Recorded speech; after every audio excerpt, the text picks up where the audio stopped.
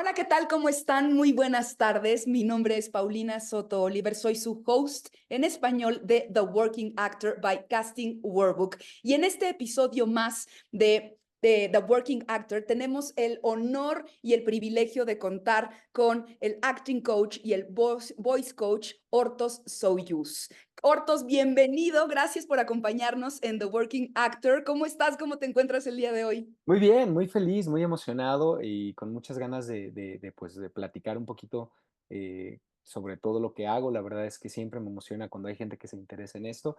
Y bueno, en la locura justo, en medio de dos coacheos, pero me pude hacer este espacio y yo encantadísimo. Les quiero platicar rapidísimo un poco quién es Hortos. Hortos tiene un máster en Pedagogía del Arte de la Actuación por el INBA, CENART, en la Ciudad de México. Además que es coach de actores y coach de voz. Él se especializa en neutralización de acento y carácter vocal. Desde el 2010 funda su estudio que lleva su nombre y en donde imparte el método Hortos para neutralización de acento, así como su técnica actoral. Desde entonces a la fecha ha neutralizado acento, así como construido el carácter vocal de diversas épocas y regiones del mundo a más de 1,000 actores, conductores y políticos de 26 países. Así también ha asesorado vocalmente para diversas películas, teleseries, telenovelas, obras de teatro nacionales e internacionales. Bienvenido, Hortos. Quiero preguntarte primero, para los que no sepan, ¿qué es un acting coach y un dialect coach? Mira, esto en la parte de Latinoamérica, inclusive en México, que es donde yo más trabajo, es muy nuevo, pero esencialmente sería aquel que entrena, prepara y va de la mano en la creación de los caracteres complejos para los actores en general, normalmente para los protagonistas, pero hay producciones en las que requieren que desarrolles todo un universo, tanto dramático como sonoro, y entonces, bueno, pues me llaman y tengo que generar todas estas cosas. Pero esencialmente sería un entrenador que va contigo, que te ayuda a la construcción del personaje y que en muchas de las ocasiones, repito, voy en la producción con ellos o con ellas, sea cine, televisión o teatro, generalmente estoy ahí de la mano. Te digo, en realidad en Estados Unidos es bastante más empleado y acá en México tiene muy poquitos años. Y en Uh la -huh. parte del dialect coach, pues tiene que ver justo un poquito lo mismo, pero específicamente hacia la construcción de un acento, de un dialecto, de una manera de hablar, específicamente en el universo ficcional. Porque uno tendría que decir, bueno, pues también a veces hay muchas producciones sobre biográficos, ¿no?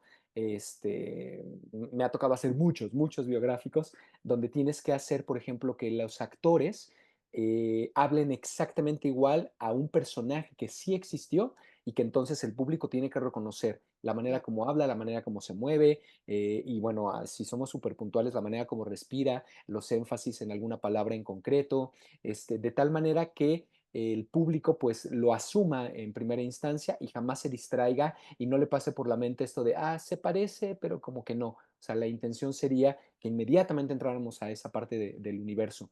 Y te digo, he tenido la fortuna de coachar muchos proyectos, pero en realidad muchos biográficos. Yo creo que llevo 10 o 12 por ahí, o quizás un poquito más. Justo en entrevistas previas a ti, a este programa, a este capítulo, hemos podido conversar con diversos directores de casting, en donde nos comentaban que antes, en el pasado, existía un gran desconocimiento sobre esta diferencia de acento, sobre todo en habla hispana y sobre todo en Latinoamérica, en donde directoras de casting de México logran posicionarse y ser un diferenciador en Estados Unidos, porque justamente lo que saben es reconocer los acentos en español y son de gran valor para las producciones. Antes podíamos tener un proyecto en donde se hablaba de una mujer, un personaje, mujer mexicano, y por un desconocimiento contrataban a un puertorriqueño, a una puertorriqueña o una Sí, claro. argentina, donde claramente no había una neutralización del acento y esto se notaba, ¿no? Claro. Entonces, ahí está la necesidad, ¿no? Ahí está la necesidad primero de saber que hay directores o directoras de casting que pueden reconocer esto, pero también ahí es donde entras tú, ¿no? En donde ya escogen, por ejemplo, ¿no?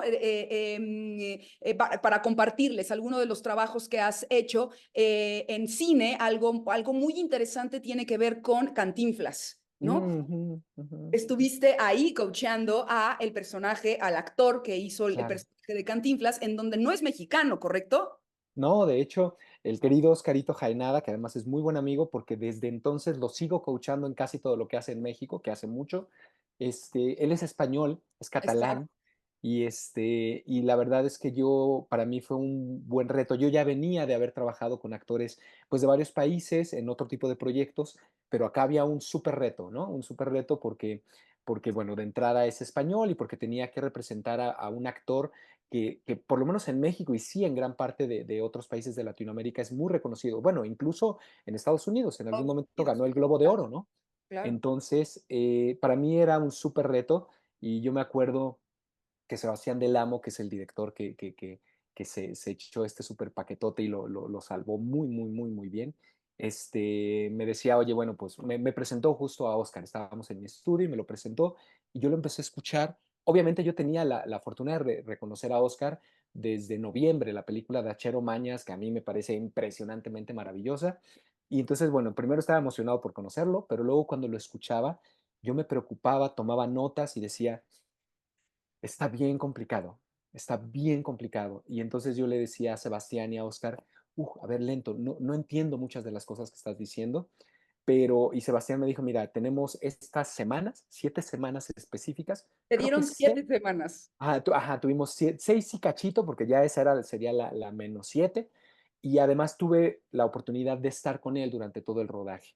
Lo que sí es que he de reconocer, y más allá del gran cariño que le tengo mucha admiración por él porque es un brutal actor y lo que ocurría es, él estaba entregado al 100% a construir el personaje, todo lo que proponía y construíamos se lo asimilaba, todo el día vivía en los descubrimientos que íbamos creando del Cantinflas, vivía así hasta que encontró la manera en cómo se movía, cómo respiraba, cómo lo hacíamos hablar.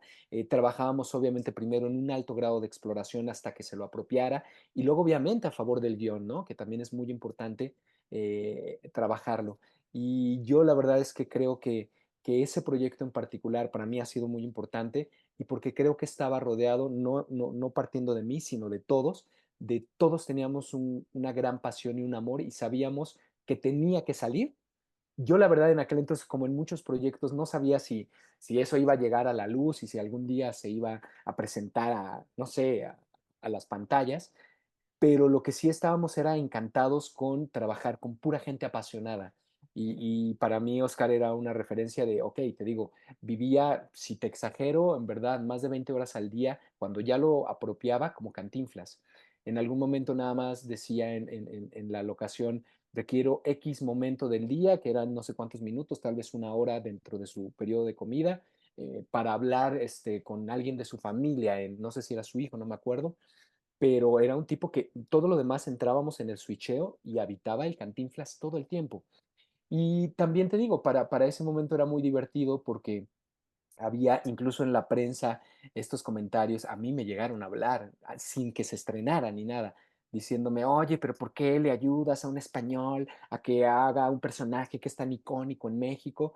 Y lo primero que yo preguntaba es, a ver, primero, no la has visto, no tienes idea ni de cómo va a salir. Y luego yo me defendía, o más bien compartía con estos reporteros, les decía, ¿a ti te gustó el trabajo que hizo Gael cuando estuvo con Almodóvar o cuando hizo del Che? No, bueno, sí, pues es lo mismo. El actor tiene la oportunidad de trabajar donde sea en el mundo que sea, siempre y cuando construya un personaje orgánico, verosímil y que le funcione para la producción que lo están contratando. Entonces yo decía, la verdad es que así como en la humanidad, yo sí considero que el actor somos ciudadanos del mundo, así que tendríamos que trabajar donde haya la oportunidad y donde podamos resolver lo que nos estén pidiendo. Y desde entonces, bueno, he tenido la fortuna, te digo, de trabajar con actores así como comentabas, de 26 países y con necesidades diversas. Sea la creación de alguien ya reconocido en un biográfico o el universo sonoro nuevo para una ficción. En algún momento tuve la gran fortuna de trabajar en una serie con Rigoberto Castañeda, que es un amigo con el que he trabajado en varios proyectos, que hace mucho cine de terror e hizo una serie donde lo que me invitó es a crear el idioma de cómo hablarían unos zombies. Entonces me tocó investigar, crear a partir de 26 diferentes idiomas y dialectos y todo, la creación de cómo hablarían en mi imaginario y en ese universo los zombies. Así que tuve que buscar de diversos dialectos, incluso del esperanto, de diferentes raíces, hasta que pudiéramos generar una, una emisión que fuera para ellos natural y que además tuviera un significado, ¿no? Y que entonces funcionara en ese universo. Entonces, la verdad es que es muy, muy emocionante poner eso, y por eso es que cuando me preguntan: "Oye, pero, ¿das clases de qué o construyes qué? ¿Acento neutro?". Ahí hay algo que es muy susceptible y que yo, a lo mejor me estoy adelantando, pero te diría que la gente cuando habla piensa en el acento neutro, por alguna razón piensan que sería monótono o que sería poco expresivo, cuando en realidad de entrada, y es una paradoja, yo siempre les digo, yo creo que el acento neutro no existe. O sea, Mm, creo que el acento neutro es meramente una convención de un lugar en el que se está situando, en este caso la ficción, porque no hay un grupo de hablantes ni una región que se hable el acento neutro. Entonces, creo que evolucionó de diversas maneras, quizás con un sentido hace años, en los 80, a finales del año pasado, del llamado español neutro, lo cual tenía más que ver con el tipo de lenguaje que se utilizaba para homogenizar las producciones, por ejemplo, en el ámbito del doblaje, ¿no? claro, Donde se homogenizaba en Latinoamérica eso, pero no la manera como hablaban. Entonces, yo lo que prefiero siempre llamarles, les digo, yo lo que genero es un ejercicio eufónico en el cual hay un buen equilibrio sonoro de todas las partes que componen, en este caso, la palabra o la emisión, y que ayuda a que el espectador no se distraiga de lo que dices por cómo lo dices. Que dé por claro, hecho que eres uno más en ese universo, que claro. jamás se distraiga y le pase por la mente: oye, este sonó raro, ¿no? La idea es que todo ese universo tenga la lógica de la ficción, y entonces yo siempre les digo, si en la película o en la serie jamás te distrajiste pensando por qué hablan diferente o etcétera, pues mi trabajo está bien hecho, ¿no? O correcto. Y por otro lado, también les digo que pues no dejo, como comentabas, de además de ser actor y de dirigir en muchos casos, de tener muchos años dando clases de actuación, ahora como acting coach o como dialect coach, no dejo de lo que en realidad ayudo es a crear caracteres. Por eso siempre digo, claro, es acento neutro, pero en realidad es la creación de un carácter vocal y que Ujú. eso es parte de la construcción de un personaje. ¿Y Hay cómo lo ocasiones en haces, que, Hortos? híjole, ¿Cómo, cómo llegas ahí? Porque, por ejemplo, yo, actriz Paulina Soto, me ajá, invitan a hacer una película en donde tengo que hablar como brasileña que habla español, ajá, ¿no? ok, O sea, soy perfecto, brasileña, que además tengo que tener acento brasileño y además quiero hablar español. claro. Eh, mm, ¿cómo aproximas al actor o a la actriz para comenzar a estudiar estos sonidos que serán difíciles, diferentes a lo que ella está acostumbrada? Claro. Mira, por lo pronto, además de que es una gran pregunta, lo que hay que hacer primero es reconocer cómo está tu oído, porque hay una cosa que se llama oído simple y lo tenemos la mayoría de la población, más del 90% de la población, y lo que hace ese oído simple es que una vez que tú escuchas, en este caso un sonido, una información, una frase, una palabra, cuando tú la reproduces, caes en lo que si simplificamos le llamaríamos caricatura, que es un poco cuando digamos, un mexicano incluso, dice, escucha a un argentino, entonces cuando lo reproduce genera una caricatura. Y entonces Claro, dice, che boludo, ahí vas, ¿cómo estás? Y el argentino diría, oye, a ver, espera, yo no hablo no así. hablamos así. Pero les pasa lo mismo a cualquier otro extranjero con México, porque a mí me ha ocurrido con muchos, muchos grandes amigos extranjeros cuando llegan, que me dicen, ¿qué onda, manito? Ya hablo como tú. Exacto. Y claro, mi sensación es, a ver, ¿tú escuchas que yo hablo así? Claro, mira, claro, lo que ocurre es que hay una traducción de simplicidad respecto a lo que escuchas y a lo que emites. Por lo Ah, tanto, primero hay que reeducar el oído para que aprenda a diferenciar ligeras variantes de tres elementos constitutivos de la emisión, que Ajá, serían el volumen, la velocidad y el tono. Si okey. yo aprendo a diferenciar verdaderamente un tono desde lo más básico, agudo, medio y grave, con sus variantes, pero pensemos en agudo, medio y grave, ya estoy cerca. A veces no tengo ni no, el actor o la actriz, no tenemos la percepción adecuada de en qué tono hablamos. Te lo juro que me ha pasado cientos de veces quizás con actores o estudiantes que le digo, ok, pensemos, tú háblame y qué tono crees que hablas. Y el actor me puede decir, mira, pues yo creo que yo hablo agudo, ¿no? Muy agudo. Y si ahorita quiero hablar pues más agudo, te diría, hola, ¿cómo? O sea, no hay gran variación respecto a lo que ellos perciben en tanto lo que tienen que emitir.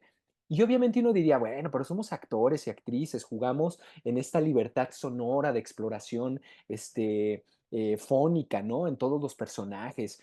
Y no, no necesariamente. Curiosamente, la producción audiovisual, yo creo que hay un alto porcentaje en el cual los actores y las actrices accedemos con nuestra manera orgánica de hablar. Es decir, yo a Ujú. veces les digo a los actores o actrices, el problema es que a veces ya no nos transformamos, no queremos apostar a cambiarle el ritmo, la manera de hablar, la emisión, incluso el énfasis en alguna palabra, digamos, en un verbo, en un adjetivo, etcétera. No le ponemos atención, pero cuando vemos excepcionalidades, digo, y soltaré nombres quizás, alguien que se transforma muy bien en todos estos aspectos, incluyendo el vocal, como Joaquín Phoenix o estos actores que dices, claro, a ver, no es un gran personaje solo por la cuestión física, entiende cómo repercute eso en la palabra y por tanto la emisión tiene una lógica. Entonces, justo cuando a mí me dicen, ok, trabajas con la voz, sí, pero antes tengo que ver también cómo te mueves, porque la Claro. biomecánica incide directamente en la palabra y en la emisión, a veces incluso el ritmo de respiración. Pero si nos vamos más a fondo, ahorita que preguntabas, por ejemplo, esto del ejemplo con alguien de Brasil o que tiene que hablar en español, pero con guiños de Brasil, o bueno, valga, de portugués, pero tendríamos que elegir si es el de Brasil americano Claro. o el europeo, ¿no? También tendríamos que saber que es algo, te digo, yo me he clavado muchos años desarrollando mi técnica, o sea, me eché como 12 años para desarrollar la técnica y entre las cosas que investigaba, que me encantaba platicar con amigos antropólogos, especialistas de la lengua, sociólogos de la lengua, etcétera, es que hay muchos factores que determinan este acento y entre ellos, obviamente, el clima, la altitud, la cuestión, obviamente, factores socioculturales, económicos, geográficos, pues, pero incluso la alimentación define la manera como cada cultura habla, cada región. Yo siempre les decía algo que a veces sonaba un poco simpático, pero les decía, en México, desde lo prehispánico, la dieta de la alimentación era maíz, frijol, chile y variantes. Y el chile empezó a incidir de alguna manera, de generación en generación, en las papilas Claro, gustativas. Y claro, eso por implica supuesto. una manera de hablar. Y, por ejemplo, algo que iba descubriendo cuando estaba en lo de la escritura de mi libro desde unos años para acá, es que México es el único país que tiene un tipo de reacción, cada país tiene diferentes, pero el que tiene México, muy concreto, que tú lo vas a ubicar, es que los mexicanos cuando nos emocionamos positiva o negativamente, antes de hablar, hacemos algo que es proporcional a cuando nos excitamos comiendo chile. Cuando uno se excita comiendo chile, hace eso. Y Claro, por entonces, claro, entonces el mexicano podría decirte, ¿qué crees, Pau? No te quedaste con el personaje. O al contrario, supuesto. ¿qué crees, Pau? Te quedas con el personaje. Y es el mismo impulso sonoro que empieza a ser consecuencia de un elemento que en este caso es de naturaleza, llamémosle pues endémico. México hace eso así como cualquier otro país hace otro tipo de cosas. O incluso, si nos vamos todavía más específicos, pues esto es un México en general, pero también tendríamos que decir que no es lo mismo el sureste que el norte, la frontera con Estados Unidos, el occidente o el mexicano chilango de la Ciudad de México. Y luego en Ciudad de México, la condición sociocultural, económica y geográfica no es lo mismo estar en Nesa que estar en las Lomas, en Polanco, etcétera, ¿no? Entonces, para mí era encantador y muy emocionante darme cuenta de que esta zona, esta área, yo en todas estas oportunidades de escuelas que tuve de formarme, no les interesaba. no les interesaba o no lo conocían o daban por hecho este tipo de comentarios que yo en algún momento me cansó de escuchar, que me decían, tranquilo, algún día lo vas a entender, algún día vas a comprenderlo. Y yo decía, madre mía, pero si hubiera una técnica, si me pudieras entender, explicar, perdón, metodológicamente, pues sería más fácil, ¿no? Entonces, como no existía, dije, bueno, tengo que desarrollar algo que me ayude a mí y que entonces luego pueda tener como elementos concretos para colegas, ¿no? Esto te iba a preguntar, estás respondiendo varias preguntas que te estoy haciendo en mi Ay. mente, te me estás adelantando, pero justo te iba a preguntar en qué momento surge esta necesidad por generar una técnica. Ah, Justo, es una supongo que cosa por muy... la ausencia, ¿no? Porque Claro. vienes siendo maestro de actuación, ¿no? Con el perfil hacia la actuación y de repente Hortos, ¡pum!, ¿no? O sea, Ujú. empieza a especializarse en técnica vocal. ¿Qué sucedió?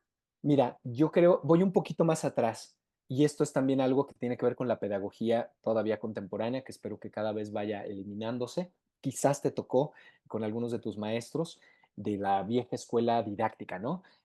Cuando yo estudié muy jovencito, yo estudié hace más de 30 años actuación y luego en diferentes escuelas.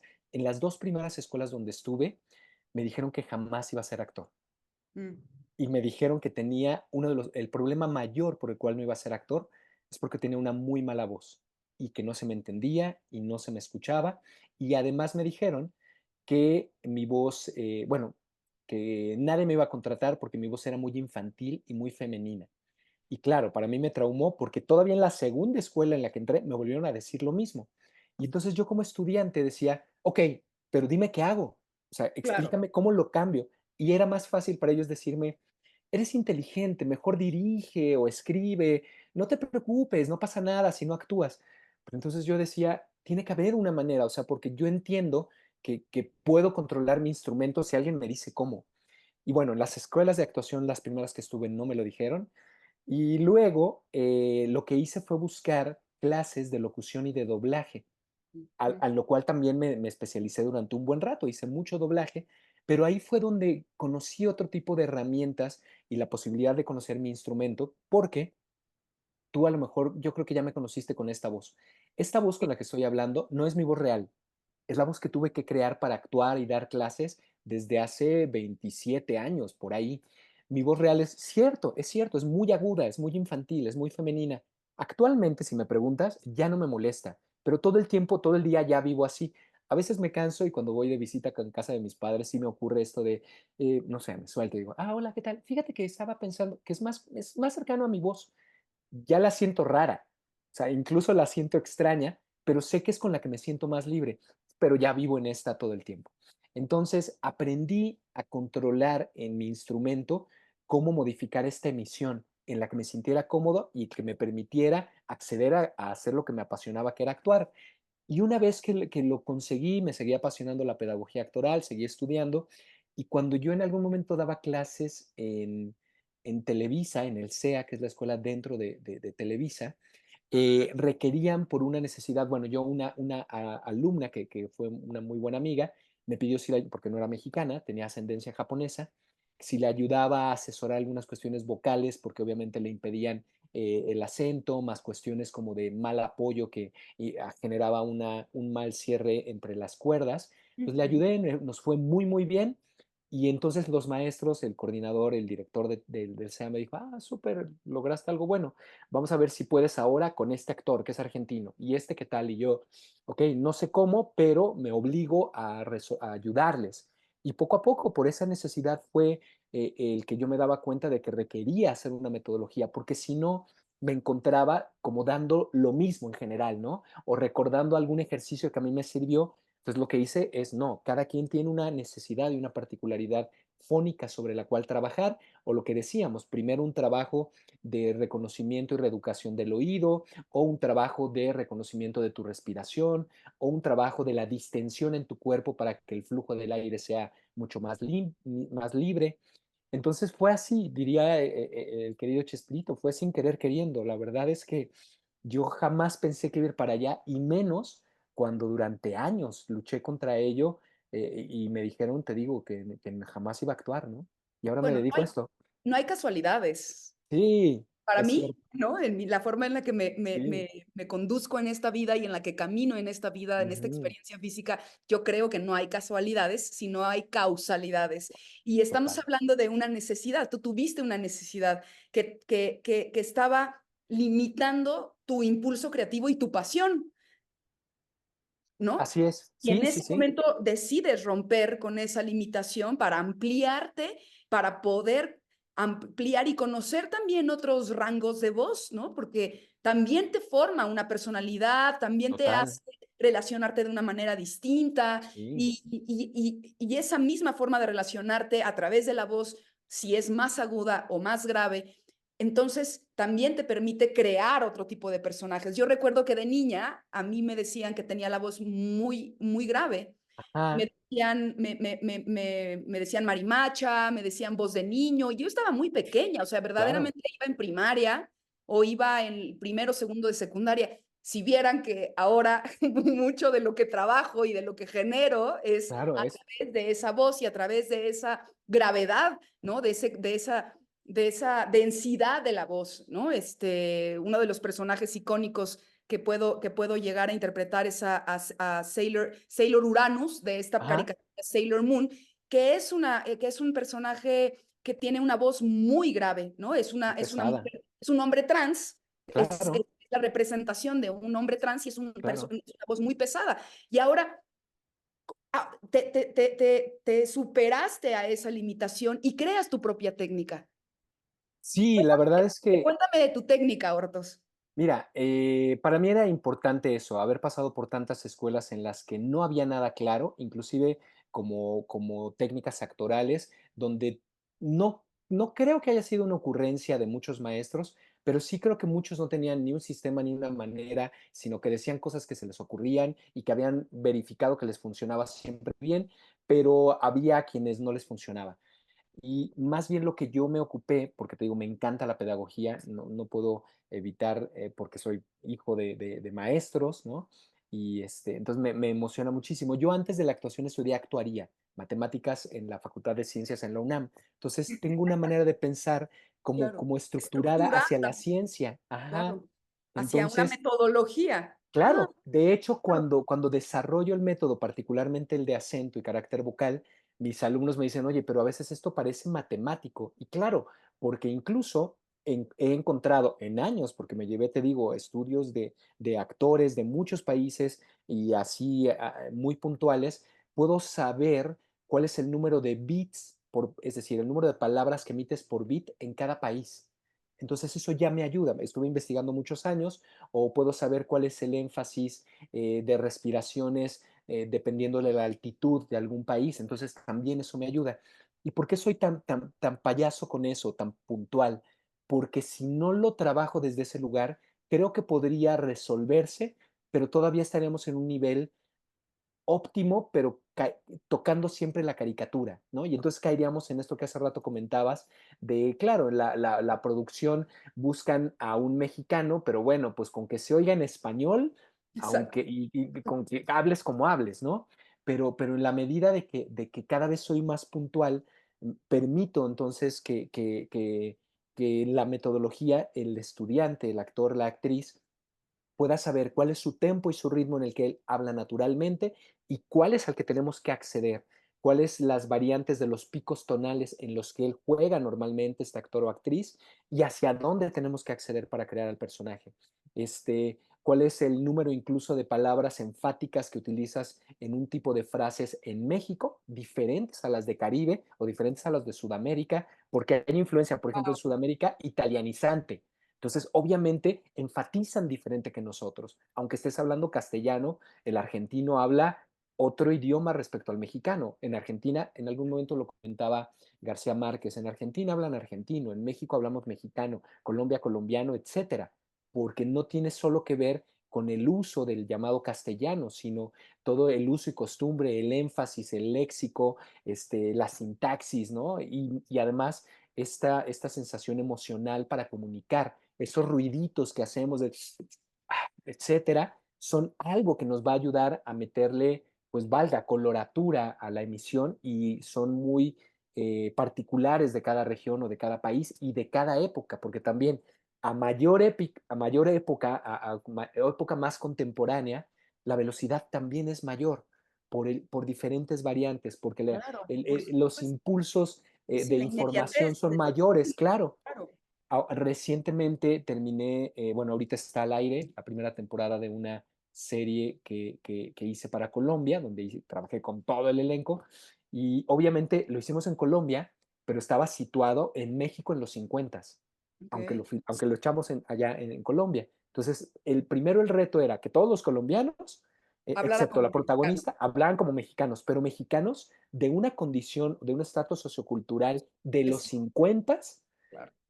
Entonces tuve que hacer otra investigación súper loca hasta darme cuenta de cómo ha bajado el tempo, ritmo, dónde enfatizan, el léxico obviamente cambió, y no podemos permitir, como algunas otras producciones, que no diré nombres, donde a veces digo, es que es imposible que le hayas permitido a este actor o actriz decir esta palabra que no se empleaba en esa época. Cuando no están exacto, cuando esta ¿No? palabra la inventamos casi, casi Recién, ahora, ¿no? Bueno, no la claro, inventamos, pero se usa, sí, por total, supuesto. Estoy total. segura que ahorita los que nos Ajá, están viendo se están volando los sesos porque seguramente no tenían la menor idea de la profundidad en la que puedes llegar para construir ujú, un personaje, ¿no? sí. Generalmente en los primeros años de actuación, bueno, el primer año en donde ves realismo, Ujú, ves todo lo que tiene que ver lo más cercano a ti, ¿no? Lo más ujú, cercano a tu edad, a tu complexión, a tu sexo, a tu país de origen, pero la posibilidad y bueno, ¿quiénes de los que estamos viendo este programa no buscamos la grandeza, ¿no? claro. Y creo que la grandeza está en lo excepcional, en lo excepcional, en lo grandioso, ¿no? Eh, y nos enseñan a veces a crear a partir del cuerpo, ¿no? O sea, cómo habita el personaje en tu cuerpo, pero luego no lo llevas a la palabra y no lo llevas a la voz, al tono, a la forma en la que habla, a la forma en la que hace pausas, y eso lo hace excepcional. Eso es lo que lo vuelve excepcional. Y ahí es donde Estados Unidos nos lleva mucha más ventaja, ¿no? En donde sí hay una creación de personaje y una investigación de construcción de personaje mucho más característico, mucho más puntual que nosotros. Digamos que tú eres uno de los pioneros en nuestro país, además de que construyes tu propia técnica. Eso me vuela la cabeza, la posibilidad de decir, oye, Hortos, ya me quedé con este personaje, Sí, ¿no? Ya me quedé con este personaje y se parece a mí, pero no importa, no lo quiero hacer como yo, ¿no? claro, Trabajemos juntos. total. Fíjate bueno, me ha ocurrido con grandes, grandes amigos. Tengo grandes amigos a los que tengo la fortuna de casi en todos los proyectos en los que van y requieren crear un personaje excepcional, me llaman, ¿no? Por ejemplo, no sé, Luis Gerardo Méndez, que es un gran amigo y que he tenido la fortuna de trabajar en muchos proyectos con él. Cada vez, digo, más allá del súper cariño y admiración que le tengo, es un tipo brutalmente entregado y entonces cada que construimos un personaje, no sé, te puedo decir desde que hicimos Narcos 3, donde la creación del personaje era subir una panza real de 12 kilos reales para modificar una manera de moverte que eso incida en un acento específicamente de Juárez en los 90, donde siendo un policía tenía que bla, bla, bla. Es decir, no es, ¿y cómo hablan en Juárez? ¿No? Hay que ver qué tipo de personaje eres, ¿no? Siempre regreso un poco a esto de la excepcionalidad que decías. Yo en mi estudio, tanto en actuación como en acento, siempre les digo, a ver, de aquí lo que se trata es de que cuando te vea el director de casting, el showrunner, el director, el que te vea, tiene que ver tu trabajo memorable, memorable, tiene que recordarte a veces para bien o para mal, pero te tiene que recordar. Entonces, a veces me decían, oye, pero qué suerte has tenido de que tal actor y los preparas en el casting y luego quedan en el personaje. Y yo, pero ¿qué les dabas? Y yo, creo que tiene que ver con que encontré la pequeña diferencia de mostrar algo profundo que la mayoría de los actores no veían, ¿no? Entonces, justo uno va entrenando un ojo muy sutil para saber, aquí, mete esto, quita esto, para Aquí que hay entonces algo eso va a ser lo que llama la atención, para ¿no? sacar la pepita de oro, que muchas veces Claro, si lo hacemos nosotros no lo vemos y no lo perdemos porque no tenemos esta mirada del espectador que nos claro, dice, esto me puso los pelos de punta, ¿no? Sí. Aquí estoy reaccionando, aquí hay algo, vale la pena explorar. Y Esto me además, parece, sí. ajá, te No, escucho. perdón, te decía, porque ahorita lo que comentabas es, además estar en la delgada línea también de que esa es una propuesta muy precisa de este lado del coacheo, pero también no interferir demasiado en la libertad creativa también del actor o la actriz, ¿no? Porque tú lo vas guiando, pero tiene que llegar un momento en el que no impongas tu visión, aunque creas que funcione, porque tienes que aprender a escuchar la necesidad del actor o la actriz y la capacidad técnica que tiene, ¿no?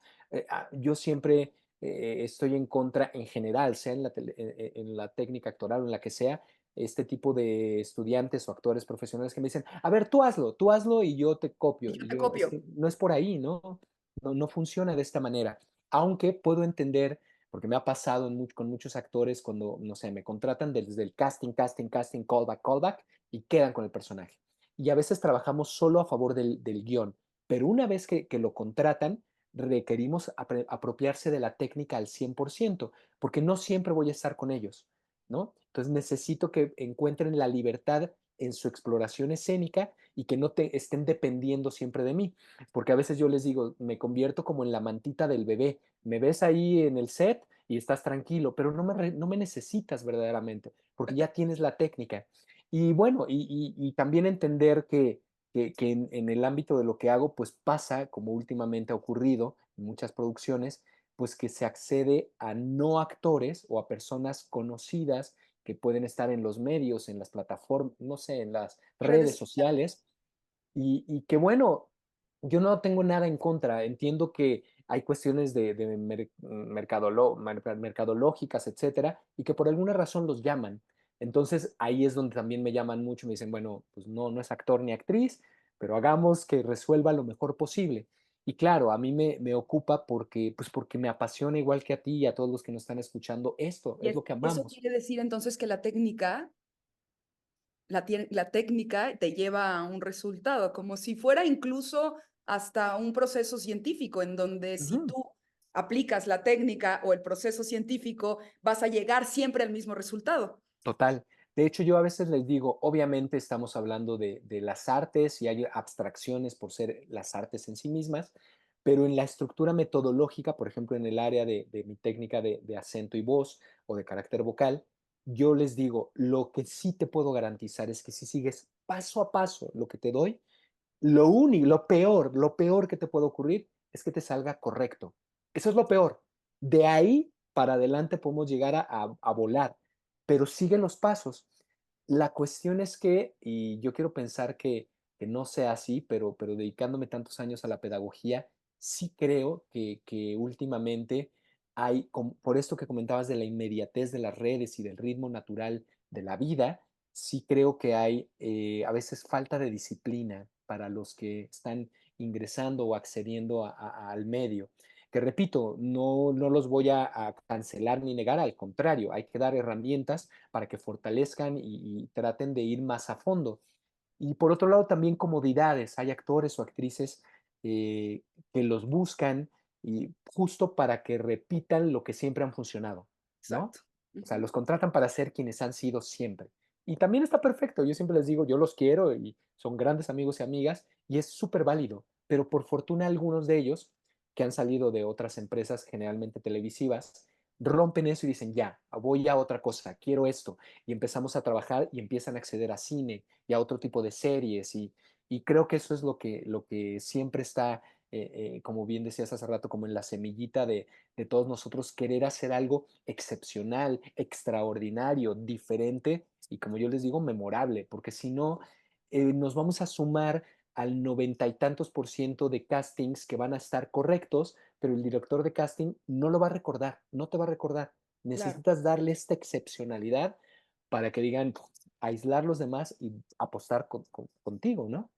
Oye, yo me estoy quedando con muchísimas ganas de conocer esta técnica. Entonces, pues no sé, yo quiero proponerte Ajá, ajá. que proyectemos un capítulo más para The Working Actor, en donde Claro, tal vez podamos, que nos puedas compartir los pilares de tu técnica y que hagamos algunos ejercicios para que Claro, otras actrices y compañeros puedan tal vez reconocer en dónde está colocada su voz, ¿no? claro, claro. Identificar si está en la cabeza o si está en la garganta o si está en la caja torácica, Ajá, algo sencillo que les pueda a ellos aportar algo y puedan darse cuenta que existe otras formas de crear personajes y de apostar a la excepcionalidad. claro. Porque esto no nos da, o sea, esto nos va, tendríamos que juntar varios episodios de The Casting Work. Por el momento tenemos que terminar aquí. Claro, Querido, es un placer haberte gracias. tenido aquí en este programa, en este capítulo más de The Working Actor y con la promesa de Sí, que claro. podamos hacer esto, me parece extraordinario y me parece una caja que pocos habían tenido la inquietud o inclusive el conocimiento de saber que existe y que podemos entrar por ahí y transformar su carrera y transformar la forma en la que se aproximan a los personajes. ¿Cómo Sí, ves? no, por ¿Te supuesto, yo animas? encantadísimo, lo hacemos coincidir y por supuesto, porque a lo mejor poder brindar herramientas muy elementales, pero que puedan solamente por esa de conciencia darle la vuelta a tus siguientes aproximaciones en casting y creo que y poco a poco se van a dar cuenta de que en verdad funciona, ¿no? Seguro. Yo feliz. Seguro. Estoy yo feliz de tenerte aquí. Muchísimas gracias por estar en un episodio más de The Working Actor. Muchas gracias a ti por haberte conectado y ver toda esta información que te compartimos con todo el corazón desde Casting Workbook. Nos vemos a la próxima. Nos vemos en el set. Hasta luego. Gracias, Hortos. Ah, gracias.